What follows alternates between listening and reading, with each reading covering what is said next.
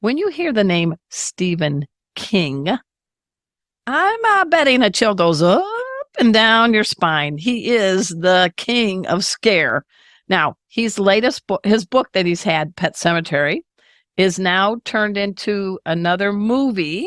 I think it's a prequel. You'll tell us a little bit more, Melissa. Come on, you know that. Pet Cemetery. And Melissa's dog, I love the name, Jelly Bean, is transformed into a zombie dog. And Jelly Bean's sharing the screen with some people we might know, David Duchovny, Pam Grier, Henry Thomas. Wow, it's awesome. So let's just dive in. Melissa, Jelly Bean, you have a special name for him. You call him the what of dogs? I call him the Brad Pitt of dogs. Oh, yes. And why is that? Well, there's some animals just have that special something that the entertainment business is attracted to. And I remember when I was casting animals for a commercial, one of my animals that I represent said, I feel like my dog is always up for jobs against Jelly Bean. Maybe they're similar. I said, no, he's always chosen and shortlisted for everything. He just has that charisma that Brad Pitt must have. But he's deaf. Yes. So that might be, now tell us a little his backstory about how you and Jelly Bean got to be a team. I adopted Lollipop first by accident, he's a Boston Terrier, right? Yeah, Lollipop is a Boston Terrier. It's interesting. I grew up with an aunt in the home that was deaf, but there could be some attraction there, but I just discovered with Lollipop that deaf dogs are incredible and trainable. And so when I was looking specifically for a healer next, Jelly Bean came available, and he also happened to be deaf. And I thought, that's not really a problem I've discovered. So I adopted him. He was born to a very good breeder, and she couldn't find somebody to take him because people think that they're untrainable. She had to drive 10 hours each direction to find a rescue to take him. Are you kidding? Now, what is his breed? I think I know, but I want to make sure. He's a red heeler. Okay. All right. So 10 hours one way, 10 hours back to a rescue. Then how did you and the rescue get together to be able to have you adopt Jelly Bean? I saw him posted on Facebook with a description, and it was what I was looking for, like friendly with people, confident in new environments, brilliant, also happened to be deaf. But they did admit he was one of the most intense cattle dogs that they had seen in rescue. And if anybody knows cattle dogs, yeah, we're going here now, then we're going here now, we're going to go here. That's pretty intense. Is he anywhere around we can say hi to him? Yeah, he was. I'm just waving him over because he's deaf. And yeah, if you started calling his name, I would be laughing. Well, hello there, Jelly Bean. Just want to say hi to you. So, Mr. Brad Pitt of the Wolf World, this is kind of cool. How did he land the role in the new Pet Cemetery? Tell us when it's airing and what's his character's name if he has one.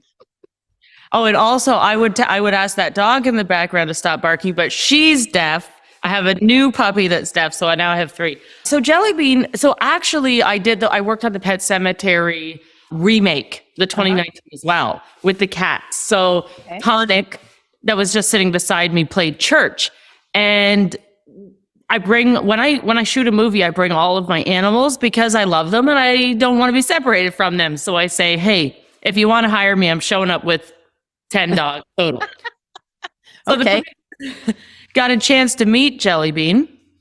And Jelly Bean played a scene as Biffer in the first, but they didn't find that it fit. So they didn't use that scene. Okay. They used there's a photo of him. So when they didn't use that scene, they still thought it was a great scene. So when they came back to shoot the prequel, the same producer knew that he wanted Jelly Bean to play Hendrix. And Hendrix is a zombie dog, right? Yes, he's Now, I've seen some little promo clips for the Pet Cemetery. I understand it was released in October, correct? The movies? yes. Okay. So he doesn't look as dapper as he does now. Tell us what Hollywood did to your dog to make him a zombie dog. I hired somebody who specializes in special effects, and he worked with the Dobermans from Resident Evil. And he came in and he showed us coloration. So, because we're responsible for coloring the animals, because I want to make sure that they don't get stressed with the process. So I'm controlling over that to make, not that anybody would want to stress the animals, but they're my animals and I can train for it. So I had a meeting with him on what coloration should look like, and we submit videos.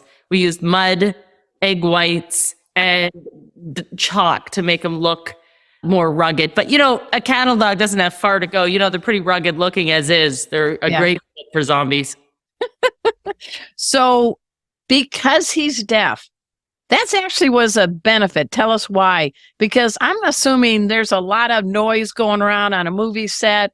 How were you able to channel Jelly Bean to be Hendrix and be that spooky zombie, but following your cues? We had to do a lot of interesting camera angles. Okay. But in one of the scenes, you see that the actors come out of the car and they're supposed to call him and he's not supposed to respond.